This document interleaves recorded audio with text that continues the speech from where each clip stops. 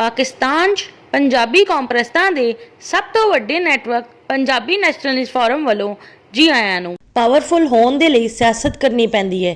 ਇਨਸਾਨ ਦੀ ਜ਼ਿੰਦਗੀ ਖੌਫ ਤੇ ਲਾਲਚ ਦੀ ਗਿਰਦ ਘੁੰਮਦੀ ਰਹਿੰਦੀ ਹੈ। ਖੌਫ ਕਿਸੇ ਚੀਜ਼ ਦਾ ਨੁਕਸਾਨ ਹੋ ਜਾਣ ਦਾ ਹੁੰਦਾ ਹੈ, ਲਾਲਚ ਕਿਸੇ ਚੀਜ਼ ਦਾ ਫਾਇਦਾ ਹੋ ਜਾਣ ਦਾ ਹੁੰਦਾ ਹੈ। ਜਦ ਕਿ ਅਫਰਾਦ ਰਲ ਕੇ ਘਰ, ਘਰ ਰਲ ਕੇ ਘਰਾਣੇ, ਘਰਾਣੇ ਰਲ ਕੇ ਖਾਨਦਾਨ, ਖਾਨਦਾਨ ਰਲ ਕੇ ਬਰਾਦਰੀ ਤੇ ਬਰਾਦਰੀਆਂ ਰਲ ਕੇ ਕੌਮ ਬਣਾਉਂਦੇ ਨੇ। ਕੌਮ ਪਾਵਰਫੁਲ ਹੋਵੇ ਤਾਂ ਕੌਮ ਦੀ ਬਰਾਦਰੀਆਂ ਵੀ ਪਾਵਰਫੁਲ ਹੋ ਜਾਂਦੀਆਂ ਹੈ। ਬਰਾਦਰੀਆਂ ਪਾਵਰਫੁਲ ਹੋਣ ਤੇ ਬਰਾਦਰੀਆਂ ਦੇ ਖਾਨਦਾਨ ਵੀ ਪਾਵਰਫੁਲ ਹੋ ਜਾਂਦੇ ਨੇ।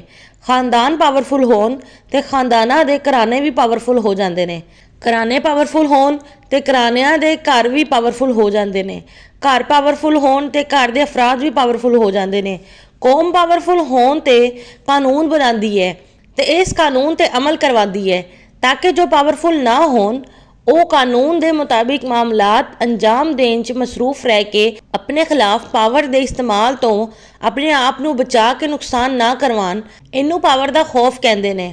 ਉਹ ਕਾਨੂੰਨ ਦੇ ਮੁਤਾਬਿਕ ਮਾਮਲਾਤ ਅੰਜਾਮ ਦੇਣ 'ਚ ਮਸਰੂਫ ਰਹਿ ਕੇ ਆਪਣੇ ਤਾਲੁਕਾਤ ਪਾਵਰ ਵਾਲਿਆਂ ਦੇ ਨਾਲ ਚੰਗੇ ਕਰਕੇ ਆਪਣੇ ਆਪ ਨੂੰ ਫਾਇਦਾ ਪਹੁੰਚਾਉਣ। ਇਨ੍ਹਾਂ ਪਾਵਰ ਵਾਲਿਆਂ ਨੂੰ ਲਾਲਚ ਕਹਿੰਦੇ ਨੇ।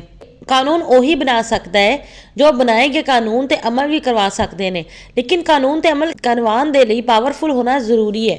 ਕਿਉਂਕਿ ਕਾਨੂੰਨ ਉਹ ਬਣਾਉਂਦੇ ਤੇ ਬਣਾਏ ਗਏ ਕਾਨੂੰਨ ਤੇ ਅਮਲ ਕਰਵਾਉਂਦੇ ਨੇ ਜੋ ਪਾਵਰਫੁਲ ਹੋਣ। ਇਸ ਲਈ ਪਾਵਰਫੁਲ ਤੇ ਕਾਨੂੰਨ ਦੀ ਗ੍ਰਿਫਤ ਨਹੀਂ ਹੋਇਆ ਕਰਦੀ, ਕਾਨੂੰਨ ਦੀ ਗ੍ਰਿਫਤ 'ਚ ਉਹ ਆਇਆ ਕਰਦੇ ਨੇ ਜੋ ਪਾਵਰਫੁਲ ਹੋਣ।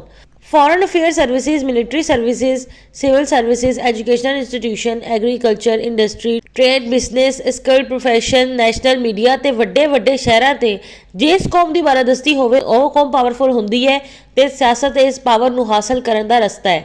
ਪਾਵਰਫੁਲ ਹੋਣ ਦੇ ਲਈ ਹੀ ਅਫਰਾਦ, ਘਰ, ਘਰਾਣੇ, ਖਾਨਦਾਨ, ਬਰਾਦਰੀ ਤੇ ਕੌਮ ਸਿਆਸਤ ਕਰਦੀ ਹੈ, ਜਿਨ੍ਹਾਂ ਨੂੰ ਪਾਵਰ ਪਲੇਅਰ ਕਿਹਾ ਜਾਂਦਾ ਹੈ। ਪਾਵਰ ਪਲੇਅਰ ਹਰ ਦੌਰ 'ਚ ਖੇਲ ਖੇਡਦੇ ਆਏ ਨੇ, ਇਸ ਲਈ ਹਰ ਜਗ੍ਹਾ ਸਿਆਸਤ ਹੁੰਦੀ ਹੈ ਤੇ ਹਰ ਦੌਰ 'ਚ ਹੁੰਦੀ ਆਈ ਹੈ। ਇਹ ਅਲਬੱਤਾ ਅਲੱਗ ਗੱਲ ਹੈ ਕਿ ਸਿਆਸਤ ਕਿਤੇ ਜਮਹੂਰੀ ਤਰੀਕਿਆਂ ਦੇ ਸਿਆਸੀ ਅਸੂਲਾਂ ਦੇ ਤਹਿਤ ਹੁੰਦੀ ਹੈ, ਸਿਆਸਤ ਕਿਤੇ ਅਮਰਾਨਾ ਤਰੀਕੇ ਤੇ ਸਿਆਸੀ ਸਾਜ਼ਿਸ਼ਾਂ ਦੇ ਜ਼ਰੀਏ ਹੁੰਦੀ ਹੈ।